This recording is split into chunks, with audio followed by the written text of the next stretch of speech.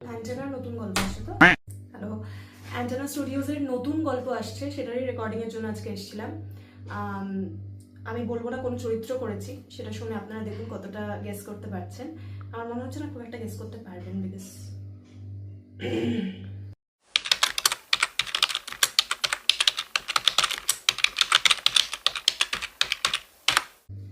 বলতে হবে প্রথম থেকে। নমস্কার, আমি অন্তরা।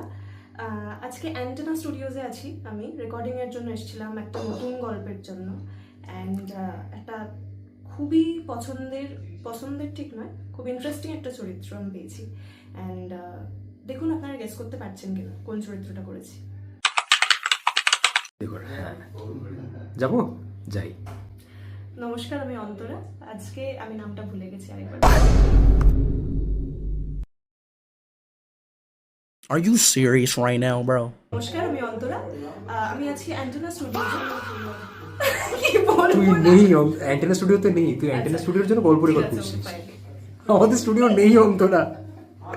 চল। One eternity later. ও আচ্ছা, ফোনের স্টোরেজটা ঠিক আছে, ঠিক আছে, ঠিক আছে। One eternity later. ঠিক আছে। হ্যাঁ, চুলটা ঠিক আছে। চল বল। নমস্কার, আমি অন্তরা।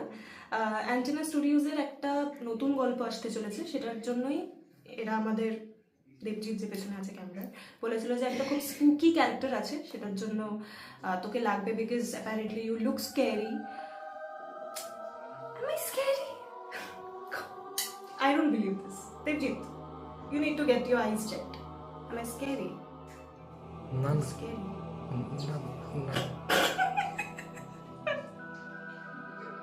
ও হ্যাঁ, একটুখানি।